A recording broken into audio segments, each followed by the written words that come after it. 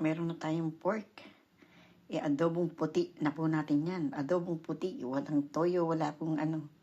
Ayan, samahan niyo po ako. I-boil po muna natin yan, pakuluan. Ayan, tayo na po. Ayan, meron na po tayong kawali. Ilagay po natin itong ating pork. Ayan.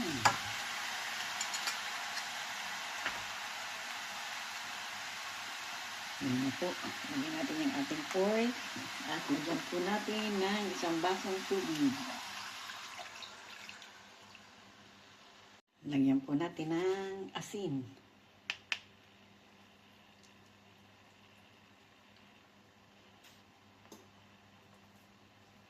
Ayan. Hayaan po muna natin siyang kumulo. Silipin po natin ang ating niluluto. Ayan. Ito na po yung ating pork.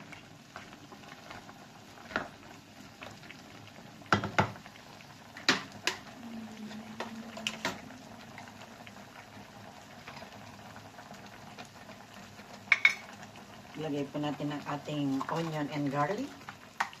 Ayan.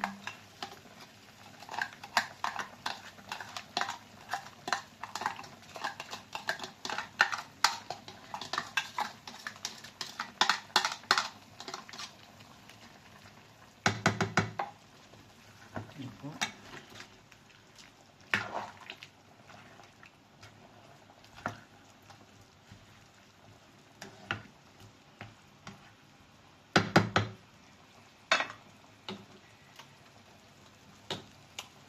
Lagyan po natin ng sibuyas.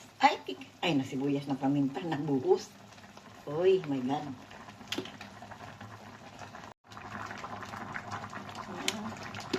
Nabuhos po yung ating paminta, tinanggal ni Tita Amy. Ayan, lagyan po natin ng luya. Ang patanggal po ng lansa. Lagyan po natin ng ilang pirasong sili. Nagtanggal si Tita Amy ng naghugas. Lagyan po natin ng laurel.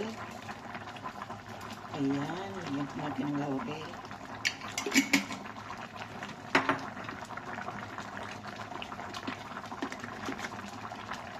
Lagyan po natin ng bawang na dry.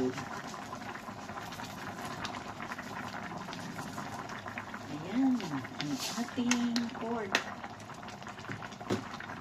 na nabuhusan ng maraming paminta. Naghugas si Tita Amy ng karne. Ayan, kasi po masyadong marami. Kaya nugasan ko po.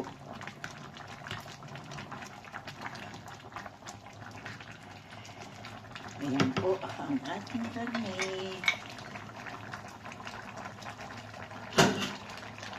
Isahan natin siya. Ito na po yung ating karne ng baboy. Ayan, lagyan po natin ng chorizo. Lagyan po natin siya ng chorizo. Ayan. Pampalasa.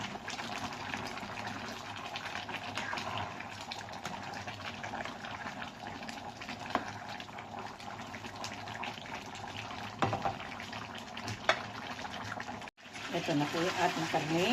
Ayan. Dry na po. Lagyan po natin ng konting suka.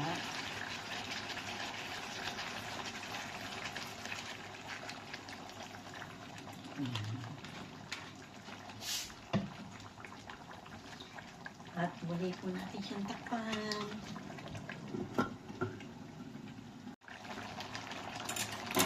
Ilagay na po natin ang ating pinya, pineapple.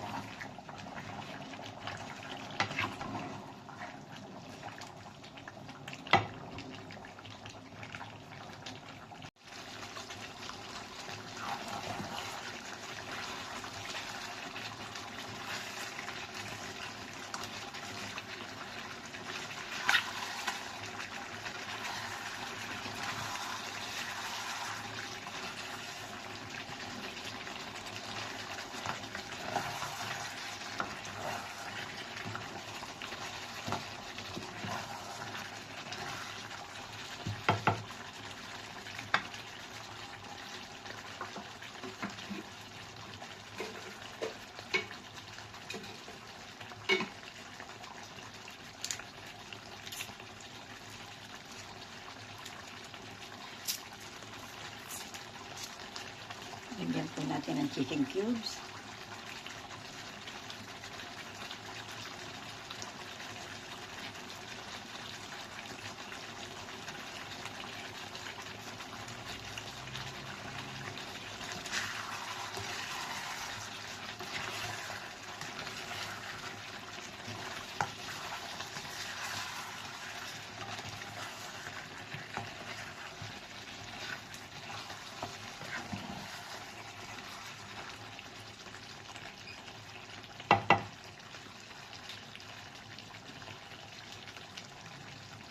Ito na po yung ating karne. Lumang estilo. Luto ng lumang estilo. Ayan.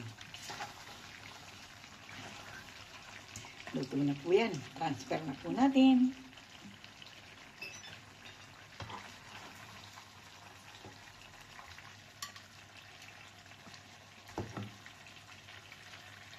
Ito na po ang ating lutong bieho.